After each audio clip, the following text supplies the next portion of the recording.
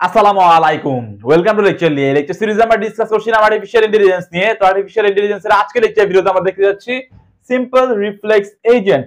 তো simple reflex এজেন্টের মধ্যে যা কাহিনী রয়েছে সবকিছু এই একটা ওয়ার্ডের উপরেই বেস করে রয়েছে, যেটা হচ্ছে এই রিফ্লেক্স। তো এই রিফ্লেক্স মানে হচ্ছে ইমিডিয়েটলি, সাথে সাথে। এটা মানে হচ্ছে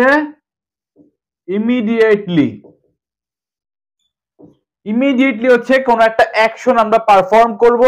লাইক একটা এক্সাম্পল যদি আমরা বলি, তো মনে করেন আপনাকে একটা মশা কামড় দিয়েছে, তো আপনি ইমিডিয়েটলি কি করেন? একটা থাপ্পড় মারেন, তাই না? তো এটাই হচ্ছে এই রিফ্লেক্স এজেন্টের মেইন কাজ, যে ইমিডিয়েটলি অ্যাকশন নিবে, কোনো কিছু চিন্তা করবে না, কোনো পাস্ট হিস্টরি চিন্তা করবে না, ধীপ ধাপ একটা অ্যাকশন নিয়ে নিবে। তো এটাই হচ্ছে মেইন কাজ হচ্ছে সিম্পল রিফ্লেক্স এজেন্টের।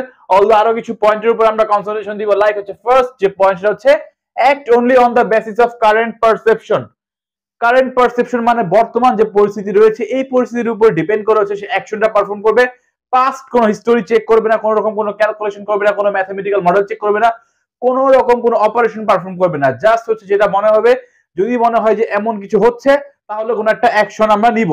তো এখানে হচ্ছে মেইনলি যে ফার্স্ট যে পয়েন্ট যেটা বোঝাচ্ছে act only on the basis of current perception. Current perception উপরে মশা কামড় দিয়েছে, থাপ্পড় দেন আপনি, তো কারেন্ট পারসেপশন উপরে কাজ করেছে।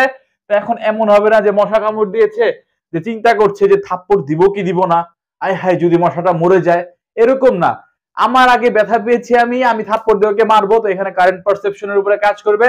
সেকেন্ড যে point, ignore the rest of the percept story. আশা করছি বুঝতে পারছেন যে আগে যে স্টোরি, হ্যাঁ মশা কামড় দিয়েছে, থাপ্পড় দিয়েছি, মশা তো মারা গিয়েছে, এত কিছু চিন্তা করার সময় নেই, মশাকে মারতে হবে। তো পারসেপ্ট স্টোরি বা প্রিভিয়াস স্টোরি বা নলেজ বেজের মধ্যে যা যা সেভ রয়েছে এইগুলো আমরা টোটালি ইগনোর করে যাব। কিসের ক্ষেত্রে? সিম্পল রিফ্লেক্স এজেন্টের ক্ষেত্রে এইসব কিছুই চেক করা হবে না, কোনো ক্যালকুলেশন পারফর্ম করা হবে না, কোনো অপারেশন পারফর্ম করা হবে না। Based on if then rules. এখানে মেইনলি হচ্ছে ইফ দেন বা হচ্ছে এটাকে বলা হয় অনেক সময় হচ্ছে কন্ডিশন অ্যাকশন রুল।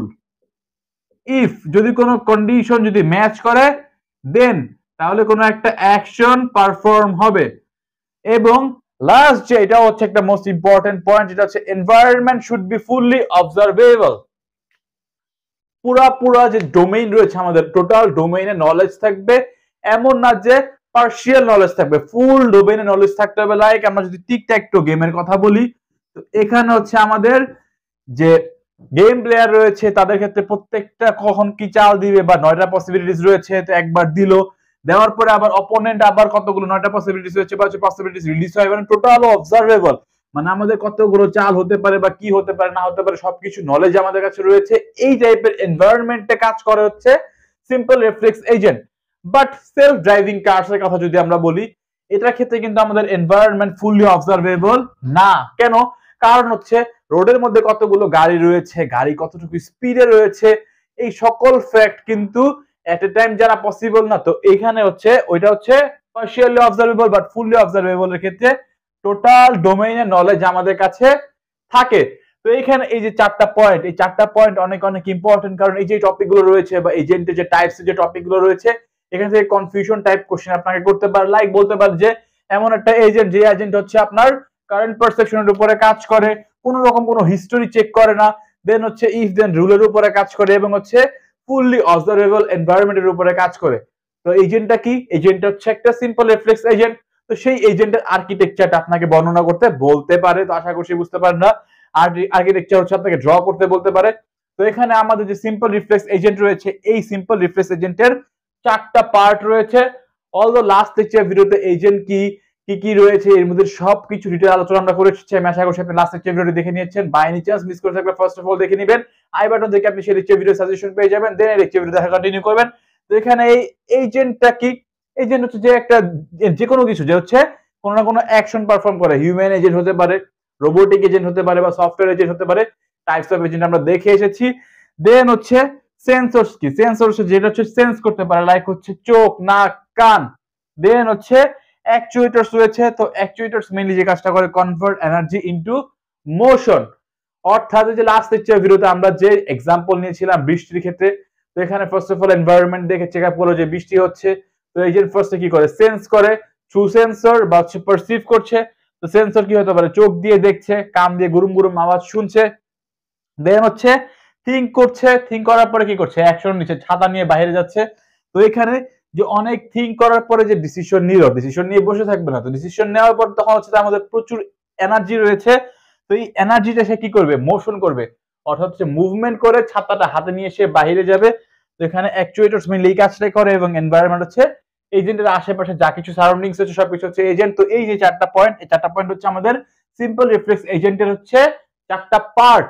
তো এখন এই আর্কিটেকচারে যদি আমরা লক্ষ্য দিই, লাস্ট দেখছি ভিডিওর মতো এখানে এনভায়রনমেন্ট রয়েছে, এনভায়রনমেন্ট থেকে সে কি করছে, সেন্সর দিয়ে সেন্স করছে বা কোনো কিছু পারসিভ করছে, what the world is like নাও, এর উপর ডিপেন্ড করে সে কোনটা অ্যাকশন পারফর্ম করছে depending on condition action rule, এবং অ্যাকচুয়েটরস দিয়ে সে এনভায়রনমেন্টের উপরে প্রভাব ফেলছে। তো একটা এক্সাম্পল যদি আমরা দেখি, সে হচ্ছে একটা ঘরের মধ্যে এসি রয়েছে, তো ঘরের মধ্যে এসি রয়েছে এবং এমন একটা কন্ডিশন অ্যাকশন রুল দেওয়া রয়েছে, say if temperature is greater than say 35 degree, then turn on AC। অর্থাৎ আমাদের যে এজেন্ট রয়েছে, এই এজেন্টের মধ্যে এমন একটা ইফ দেন রুল বা একটা কন্ডিশন অ্যাকশন রুল দেওয়া রয়েছে, লাইক হচ্ছে টেম্পারেচার যদি এমন হয়ে যায় যে 35 ডিগ্রির বেশি হয়ে যাচ্ছে, তাহলে সে অটোমেটিক্যালি এসিটা অন করে দিবে।